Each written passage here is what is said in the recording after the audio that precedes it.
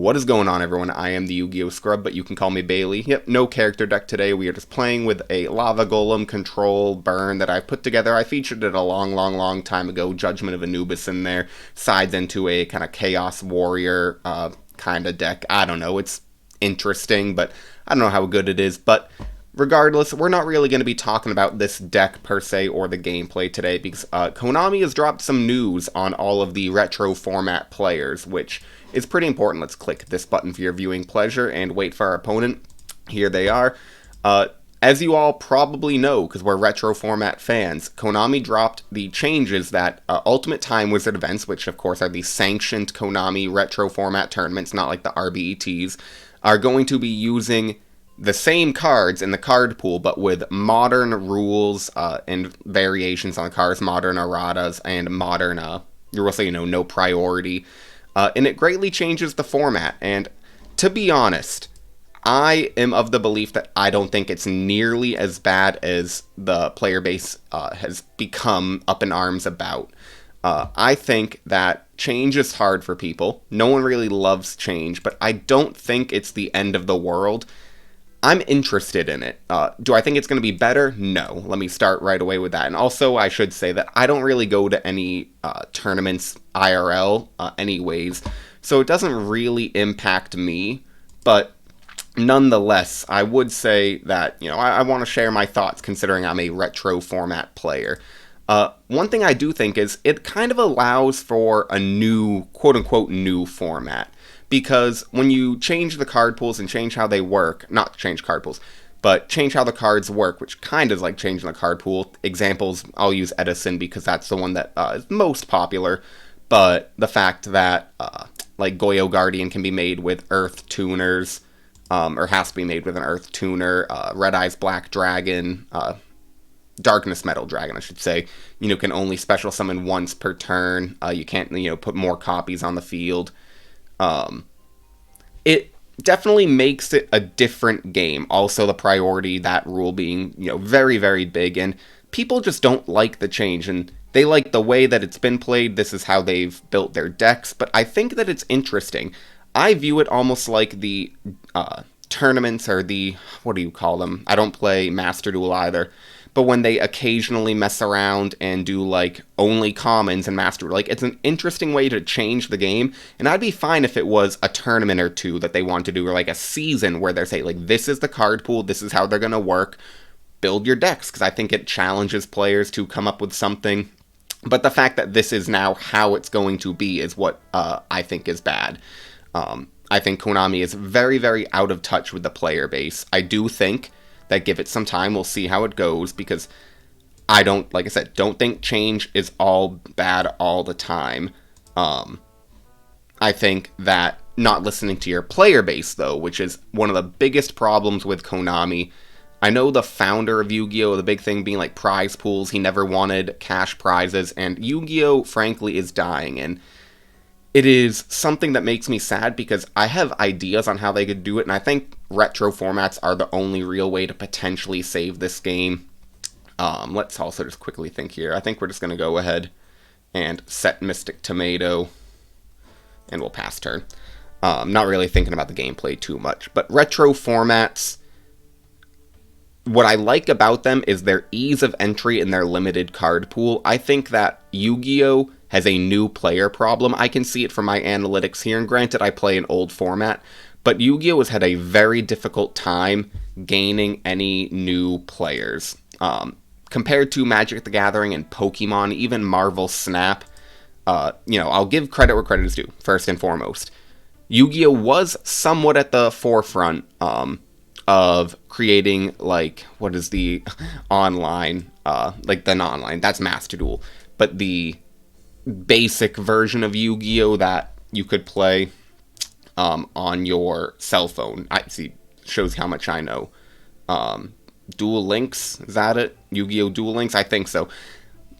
Like, Marvel Snap, and since Duel Links has come out, they've realized this is a great potential, they being just other companies, that you can create card games, and there is a market for it, but the problem was, like, Marvel Snap has all these characters, especially with the MCU being around, that people loved and identified with. Maybe not identified, but new significantly more than the Yu-Gi-Oh characters.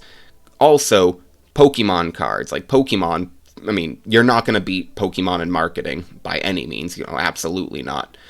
But Pokemon has all these cute little creatures, and it easily markets towards a new, younger audience. Yu-Gi-Oh, the people don't know it. The animes that come out, I don't know anyone, no kid that I can think of has ever been excited to watch the new Yu-Gi-Oh anime. They just do it as a formality as they release more cards, and I just think that they need to figure out a way to get younger players, and maybe they can't. Maybe, like, that's very well possible that the analytics show me, player base is like 18 to 40 in Yu-Gi-Oh! Of course, there's a range, but it's just difficult for young players to come into the modern game.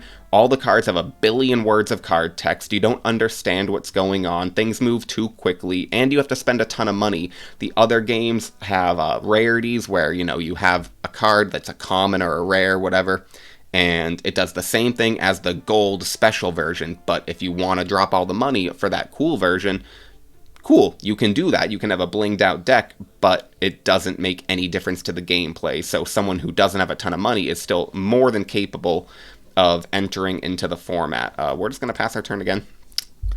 And I think that Yu-Gi-Oh! Is kind of dug itself a hole with the ban list. The fact that you have to have power creep because they don't have any rotations just means that as time goes on, you have to have more and more powerful decks with more and more card text, more and more stupid game mechanics. I didn't love pendulums, though I don't think they're quite as bad as people think. I think have been rained down a bit. Links are just crazy, and there's a reason I don't play any modern format anymore, and don't really even have any true cardboard because I don't want to spend the money on it. I think a limited card pool in retro formats is one fantastic thing about them, is that you know what you're playing with, you know what your opponent's going to be playing with, and there's most of the time a lot of printings of the cards, and so they're relatively cheaper in comparison to the modern formats, where you can buy a deck and then very, very quickly soon after, that deck is outdated and pointless. And you have to now drop more money to get the new one. Like, you never will have to drop more money on a Black Wings Edison deck or a Goat Control deck. You can always drop more money to get the shiny version. They released the Ghost Rare 1000 Eyes Restrict or whatever, and you can spend money. But it's that ease of entry in that limited card pool that makes Goat format so much better. We will special summon Lava Golem here. Finally start to do some damage.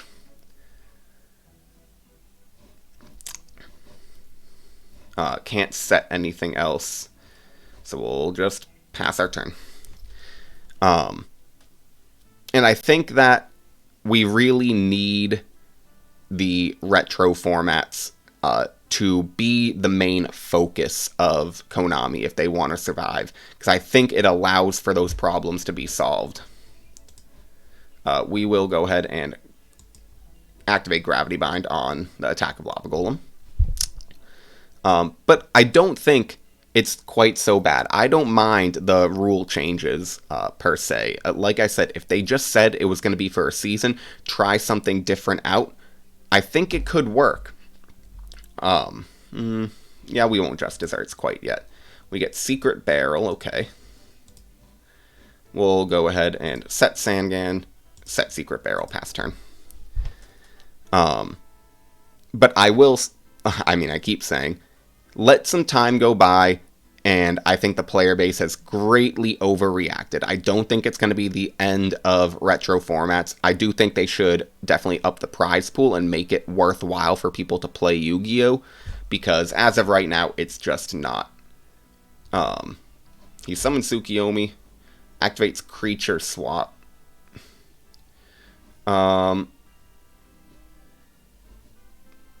Okay, that's fine. He can't flip the Sangan this turn.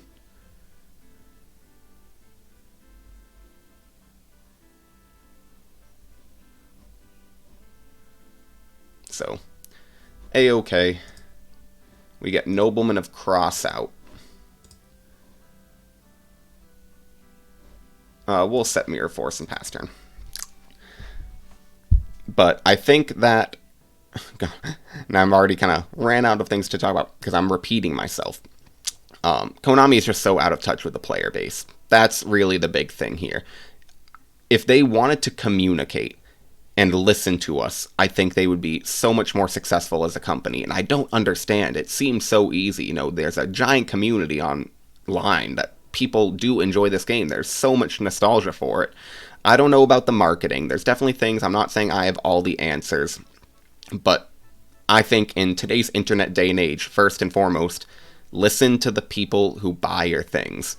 That is first and foremost what you should be doing as a business. And sometimes you do have to do things differently. He goes ahead and I think I'm going to mirror force my Sangan. He has Book of Moon. Okay, fine.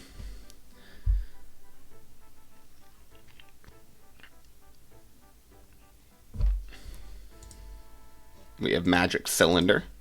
We'll set the Magic Cylinder, pass turn.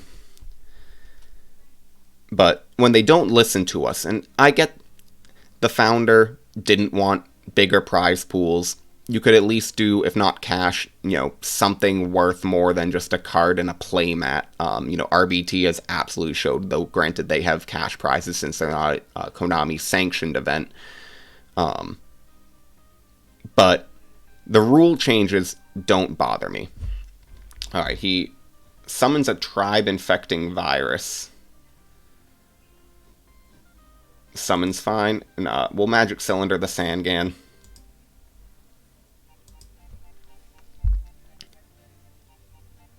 I think that people just hate change and they don't want to have to think about any new cards. I mean, if they say that you can't use old versions of cards, in terms of, we will go ahead and activate Just Desserts in response. He's declaring Aqua. I'll still change Just Desserts, make him take 1,000.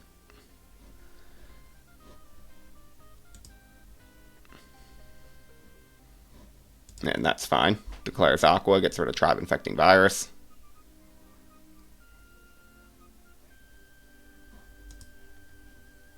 That should leave the field. Goes ahead. Specials BLS banishes the Lava Golem.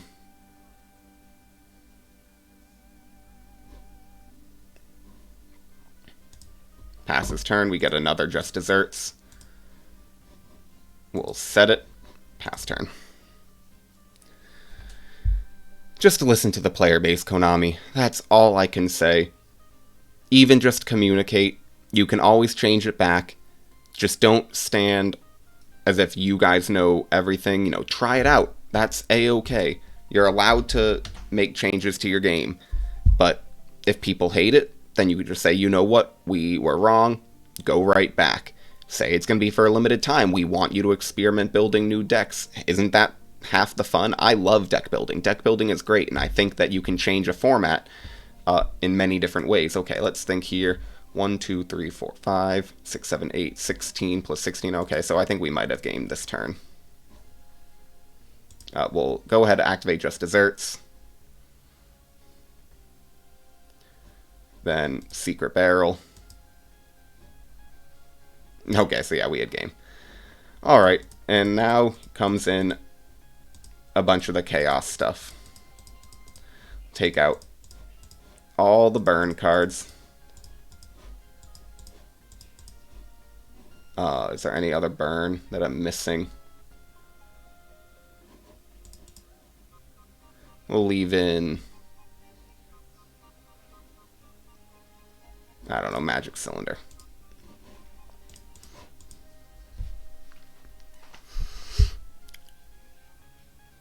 Just listen. That's all I can freaking say. And I know this is probably going to be not the most fun video. Maybe someday I kind of want to make a video that is more about specifically why retro formats are going to be the key. And I need to write it out. I need to not follow a script per se, but definitely more thought going into it. Ooh, we get a Don Zalug draw. We'll go ahead. I should MST first. Main phase 1. Is it gonna let me go through? But let me know if that's something you guys would be interested in. You know, we're only 15 minutes into this video, and I think I might only do one match today. We'll see.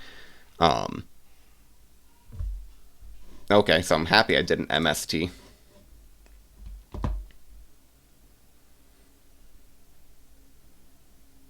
Probably would take the Don Zalug.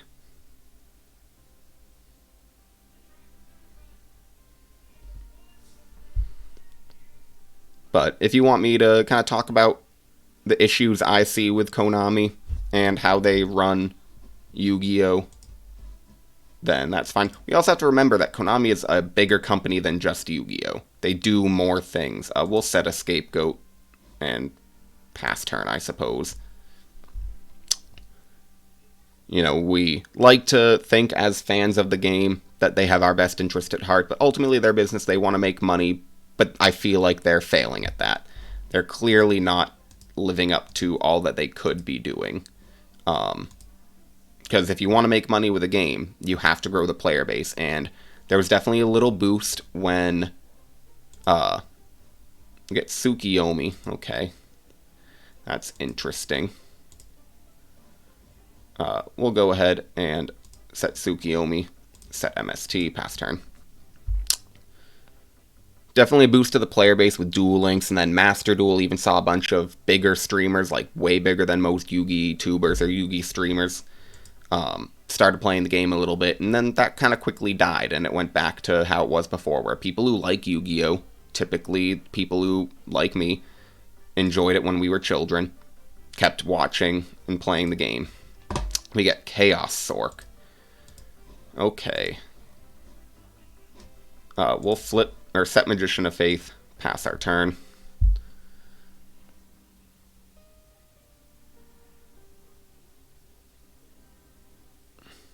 Battle phase. Attacks another goat token.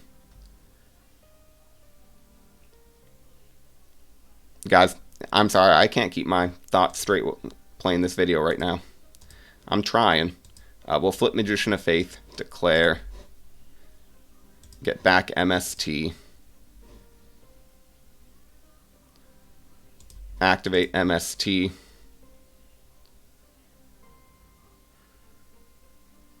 hits a Book of Moon, flip Tsukiyomi, set Magician of Faith,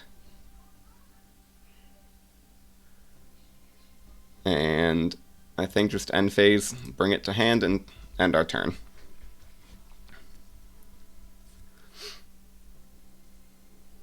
You know, ultimately, maybe in that this is my calling.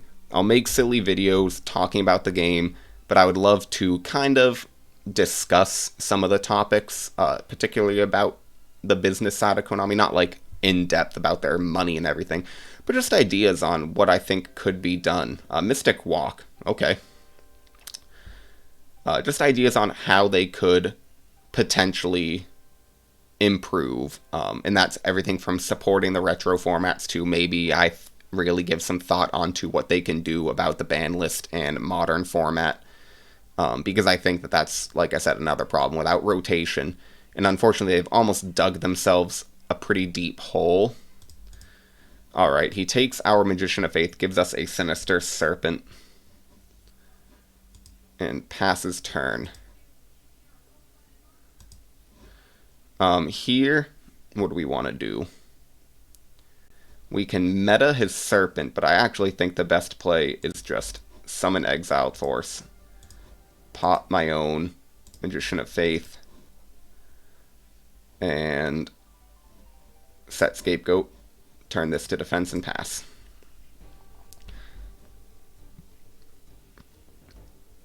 You know, I've thought in the past on how they could potentially, and I don't really have any great ideas right now for what Konami could do with the modern, like I said, they dug themselves a hole by refusing to ever do any sort of rotation. We're now at a point where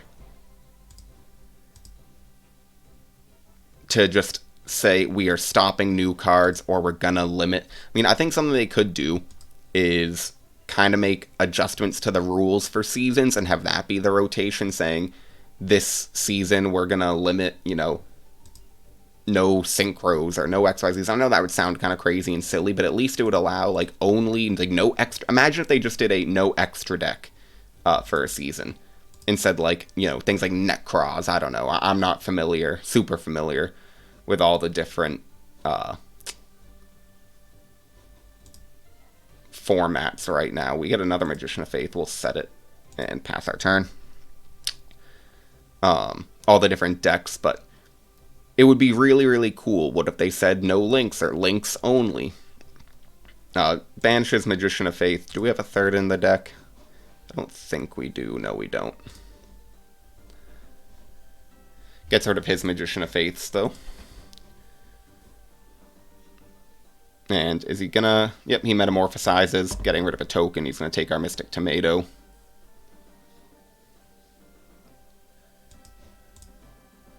I'm assuming. Don't know why you would take anything else.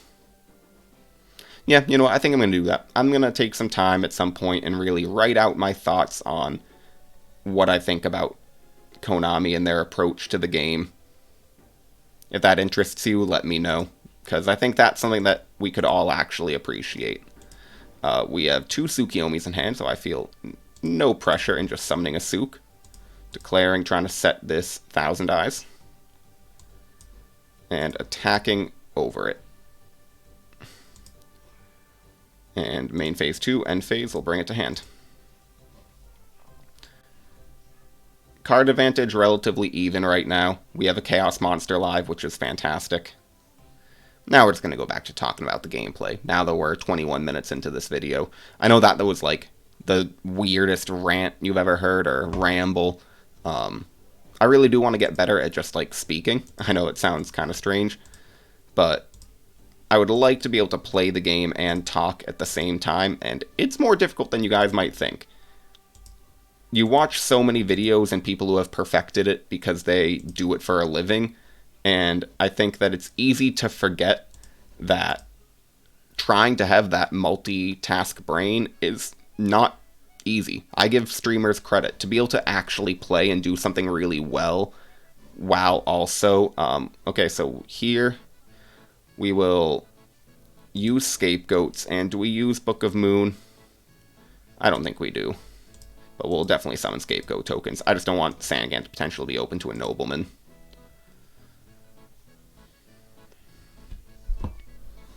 He's viewing his graveyard. Unfortunately, he can't get back Sinister Serpent. He had forgot. Soul exchanges. Oh, no. The Heavy Storm gets rid of the Soul exchange as well. We get a Metamorphosis of our own. A second one, actually. We will just go ahead and swing. Main phase 2 and pass turn. I think we're in a really commanding position here. I love this deck because the idea of taking out all the burn stuff, like you saw, you put in Mystic Walks, and now we are just playing a kind of Chaos Warrior deck. It's like Chaos Warrior control. It kind of has everything you might need. And I think it's pretty fun. Give them a bunch of cards in their deck now that are much more useless than what we are playing. Summon Sinister Serpent, metamorphosizes it, probably going to take Sangan.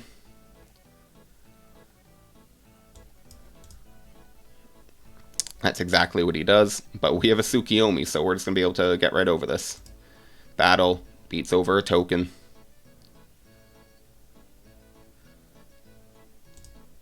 And we get Mystic Swordsman level 2. We'll summon Tsukiyomi. Go to battle, attack. Oh wait, Sangan search. We'll get ourselves probably... We'll go Mask of Darkness from Sangan. And then main phase 2, we'll set a Metamorphosis. End phase, just discard this Mask of Darkness, bring this to hand, and pass turn.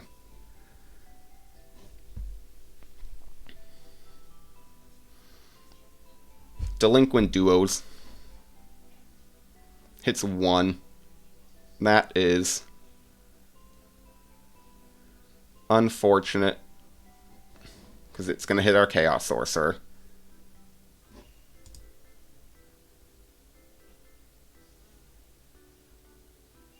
I'm not discarding the Chaos right away, because like sometimes people do one is farther from deck. Most people do one's closer to deck.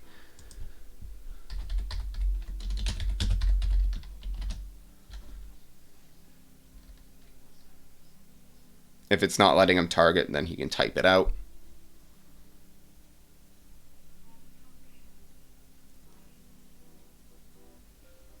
Not shuffling my hand to check for lag. First from deck, okay. So discard Chaos Sorcerer, and I think we'll discard a Tsukiyomi, because now he's maybe thinking, alright, he got rid of the Tsukiyomi. But we have a second one, ready to go. He's viewing his graveyard, he has no lights. Get Dark Mimic level 1. I think we're just going to try to swing in for some damage with Blade Knight. Has Scapegoats. A-okay. Stopping us from doing damage, but fine by me. He's used 2 Metamorphosis, Soul Exchange for Mobius, but can't attack. Graceful Charity, didn't get back his Sinister Serpent, so that's significantly worse.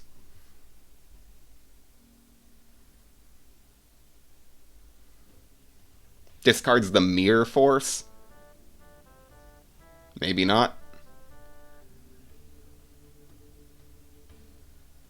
And Tsukiyomi of his own. Setting a back row and passing turn. We get Delinquent Duo. Do we actually just go for a Metamorphosis and take his Mobius? No, because if he has a Chaos Monster, I'd much rather. Book of Moons.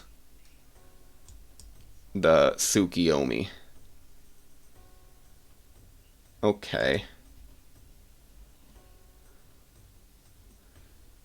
I think here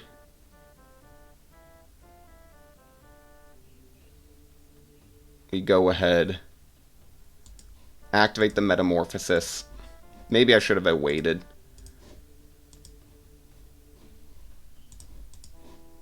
And we'll pass our turn there. Because Tsukiyomi can't flip up. Maybe I could have waited, but then Tsukiyomi wouldn't be able to... I mean, the Mobius would still be in face-down defense. So this keeps my Tsukiyomi alive, because if he attacked it with the Mobius, then it flips up. I'd set the Mobius, because I'd have to, I think, right? Can't target a token for face-down defense.